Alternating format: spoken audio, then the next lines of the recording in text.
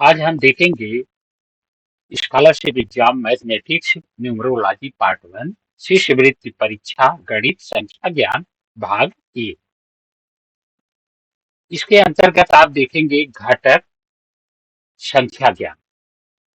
जो मेन घटक है संख्या ज्ञान है और उप घटक उसके हैं प्राकृतिक संख्याएं, पूर्ण संख्याएं, पूर्णांक संख्याएं, परिमेय संख्याएं, अपरिमेय संख्याएं तथा वास्तविक संख्याएं। सबसे पहले हम समझेंगे कि प्राकृतिक संख्या क्या होती है। प्राकृतिक संख्या क्या होती है? तो प्राकृतिक संख्या एक से शुरू होती है। एक, दो, इस प्रकार से ये अनंत तक जाती है। मतलब इसका कोई सीमा नहीं है, असीमित है, अनंत तक जाती है। इस प्राकृतिक संख्याओं को हम गणन संख्या या प्राकृतिक संख्या कहते हैं। अब पूर्ण संख्या प्राकृतिक संख्याओं में जब हम जीरो मिला देते हैं, ये पूरा प्राकृतिक संख्या है। इसमें जब हम जीरो मिला देते हैं तो यह पूर्ण संख्या बन जाती है।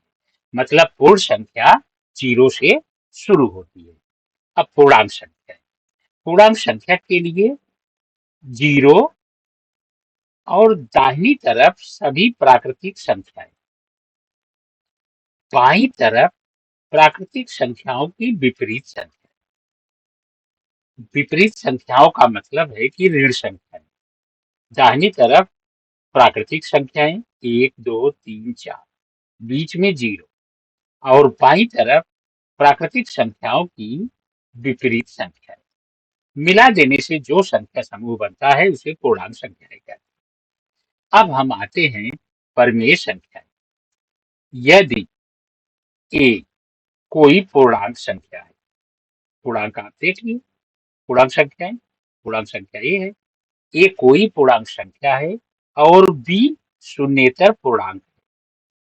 शून्येतर पूर्णांक का मतलब बी जो है वो शून्य नहीं है, शून्य के अलावा कोई भी संख्या है। तो ए बटे बी को, ये परिमेय संख्या होती है। जैसे 5/8 ये परिमेय संख्या होगी इसको, लेकिन यहाँ नीचे जो है जीरो नहीं रहना चाहिए। अब हम अपरिमेय संख्या को देखेंगे। जिन संख्याओं का दशमलव स्वरूप अशांत होता है परंतु आवर्ती नहीं होता। अशांत होता है, कुछ संख्याएं अशांत होती हैं, अनावर्ती होती हैं, कुछ संख्याएं अशांत होती हैं और आवर्ती होती हैं। तो ए अनावर्ती है, मतलब आवर्ती नहीं, रिपीट नहीं होती। जैसे ये संख्या रिपीट नहीं हो रही है। तो इस प्रकार की संख्या को अपरिमेय संख्या कहते हैं। अशांत होती है और अनावर्ती होती है, मतलब आवर्ती नहीं होती। ऐसी संख्या को अपरिमेय संख्या कहते हैं। अब इसके बाद आता है वास्तविक संख्या। वास्तविक संख्या सभी परिमेय संख्याएं, अपरिमेय संख्याएं सभी को मिलाने पर जो संख्या समूह बनता है उसे हम वास्तविक संख्या समूह कहते हैं। इस प्रत्येक संख्या को वास्तविक संख्या कहते हैं।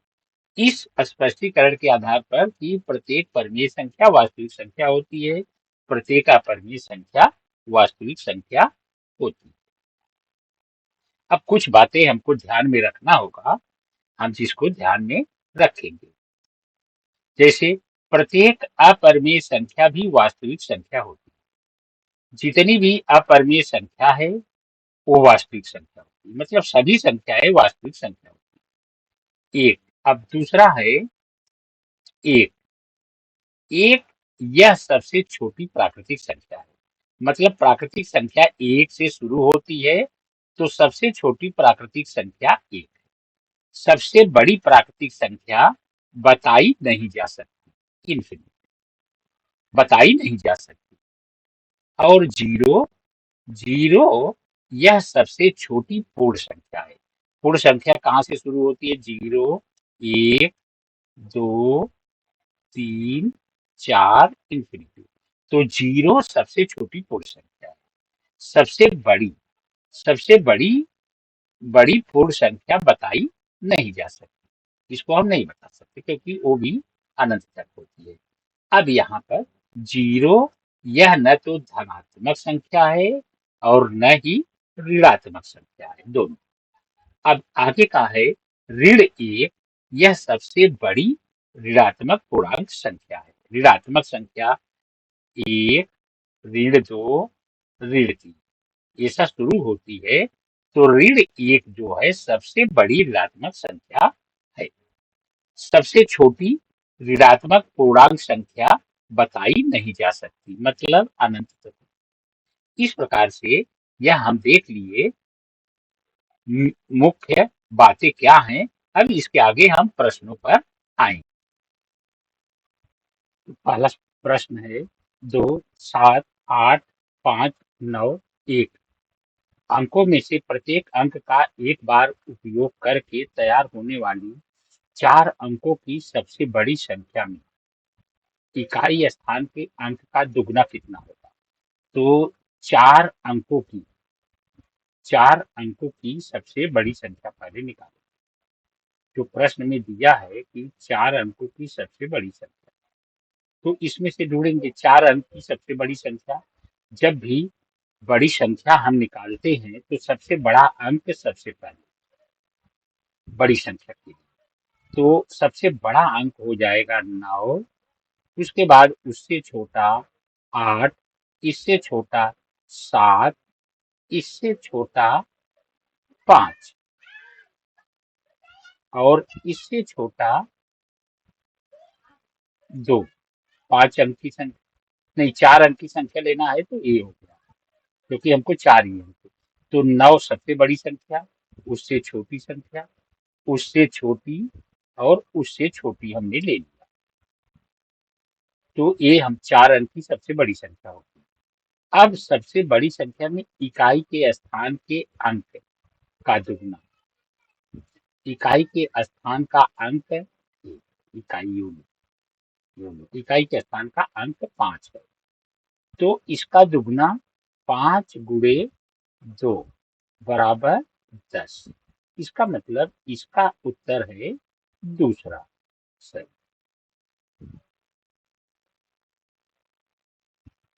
अगला प्रश्न दूसरा प्रश्न है इसका 4 अंकों की सबसे बड़ी प्राकृतिक संख्या एवं 1 अंक की सबसे छोटी प्राकृतिक संख्या। 4 अंक की सबसे बड़ी प्राकृतिक संख्या होती है 9, 9, 9, 9, 9,999। इस 4 अंक की सबसे बड़ी एक अंक 1, 2, 3, 4, ये 4 अंक की सबसे बड़ी प्राकृतिक संख्या है। 4 अंक इसको बोलते हैं। इसके बाद इसमें हम जोड़ देंगे।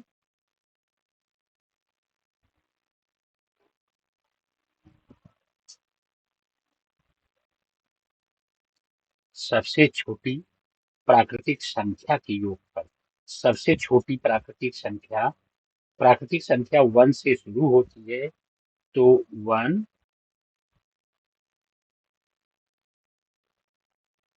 प्राकृतिक संख्या 1 से शुरू होती है।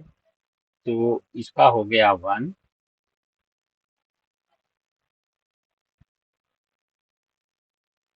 तो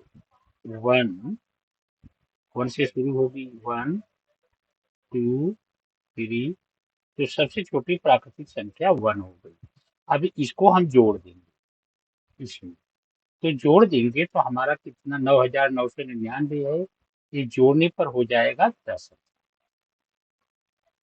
अब इसमें क्या है कि संख्या के हजार और दहाई स्थान पे, हजार मतलब ये इकाई का हो गया, यूनिट का, ये टेंस का, और ये 100 का, और ये 1000 का।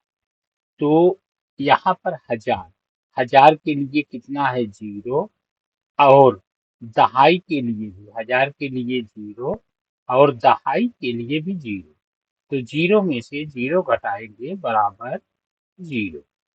इसका मतलब अंतर उसका पहला हो जाएगा 0।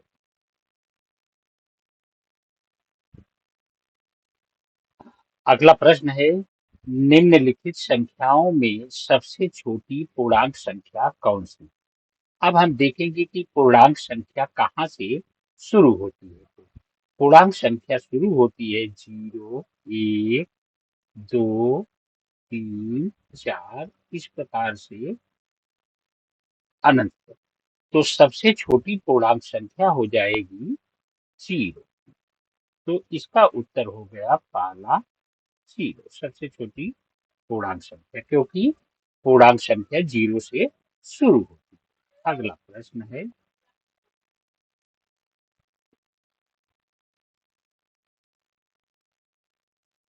2, 0, 5, 9, 8 में प्रत्येक अंक का एक बार उपयोग करके तैयार होने वाली सबसे बड़ी 5 अंक की संख्या। सबसे बड़ी 5 अंक वाली संख्या और सबसे छोटी, सबसे बड़ी ये है और सबसे छोटी 5 अंक वाली संख्या के घटाने पर प्राप्त संख्या के सभी अंकों का योगफल कितना होगा? तो पहले हम सबसे बड़ी 5 अंकों वाली संख्या लेते हैं। तो सबसे बड़ी 5 अंक वाली संख्या हम सबसे बड़े अंक के से शुरू करेंगे। 9, 8, 5, 2, 0। सबसे बड़ी संख्या अंक लेंगे, फिर उससे छोटा, फिर उससे छोटा, फिर उससे छोटा, फिर उससे, अब सबसे छोटी। तो सब यहाँ पर 0 से हम संख्या नहीं शुरू कर सकते, तो सबसे छोटी संख्या होगी 2 से शुरू करेंगे, 2 के बाद 0, क्योंकि पहले 0 हम रख देंगे तो उसका मतलब समाप्त हो जाएगा। 2 के बाद 0, फिर 5, फिर 8, फिर 9, मतलब बढ़ते क्रम में, इंक्रीजिंग आर्डर में। तो घटाने पर घटा देंगे हम, इसमें से घटाएंगे, 10 में से 9 घटाएंगे, 1 आ गया। यहाँ पर है ना घटाने पर, तो हम घटा देंगे, घटाने पर ये 11 में से फिर हम घटा दिए, इधर से 2 हासिल गया, 11 में से 8 घटाएंगे, 3 आया, और इधर कितना हासिल दिया, तो 4 बचा, 14 में से 5 घटाएंगे 9, इधर बचा 7, इधर बचा 9 में से 2 घटाएंगे 7। अब घटाने पर प्राप्त संख्या के सभी अंकों का योगफल, सब अंकों को जोड़ें, तो 7 धन 7 धन 9 धन 3 धन 1। तो ये हो जाएगा 7, 7, 14, 9, 23, 3, 14, 9, 23, 3, 26, 1, 27। तो ये हो गया 27। तो इसके लिए सही उत्तर हो गया पहला 27। ये सही उत्तर। अब अगला प्रश्न है, जिन संख्याओं का दशमलव स्वरूप अशांत और आवर्ती, अशांत है, अशांत और आवर्ती है, आवर्ती है, इसका मतलब वो होगी परमेश। दो उत्तर चुनना है, तो एक तो परमेय संख्या हो गई, और इसमें अशांत और आवर्ती है तो परमेय संख्या, और यहाँ पर अगर अनावर्ती होती तो अपरमेय संख्या। अनावर्ती मतलब दोबारा रिपीट नहीं होती। इसके बाद वास्तविक, वास्तविक संख्या, क्योंकि हमको यहाँ पर दो उत्तर का चुनाव करना है, दो विकल्प चुनना, तो इसलिए परमेय संख्या और अपरमेय संख्या दोनों संख्याएं वास्तविक संख्या होती हैं। तो इसका पहला और तीसरा उत्तर सही। इसके बाद सभी परमेय संख्याओं के दशमलव स्वरूप होते हैं। सभी परमेय संख्याओं के दशमलव स्वरूप होते हैं अशांत अनावर्ती, अशांत आवर्ती, शांत अनावर्ती। तो सभी परमेय संख्या है, तो इसका मतलब ये अशांत होगा और आवर्ती भी होगा। अनावर्ती हो गया तो परमेय संख्या नहीं रहा। तो इसका सही उत्तर है दूसरा, अशांत और आवर्ती। क्योंकि अगर अनावर्ती हुआ तो अपरमीय हो जाएगा, इसलिए अशांत आवर्ती है तो परमेय संख्या। सभी परमेय संख्याओं के दशमलव स्वरूप में होगा ये दूसरा। अशांत आवर्ती, अशांत अनावर्ती संख्या समूह को कहते हैं। तो अशांत आवर्ती और अशांत अनावर्ती मतलब यहाँ पर हमको दोनों मिल रहा है। अशांत आवर्ती का मतलब परमेय संख्या और अशांत अनावर्ती का मतलब अपरमेय संख्या। मतलब यहाँ पर परमेय परमेय और अपरमेय अपरमेय दोनों संख्या मिल रही है, परमेय और अपरमेय। तो परमेय और अपरमेय दोनों संख्या का जो समूह होता है उसे हम वास्तविक संख्या कहते हैं। वास्तविक, तो यहाँ पर हो जाएगा एक तीसरा उत्तर वास्तविक संख्या।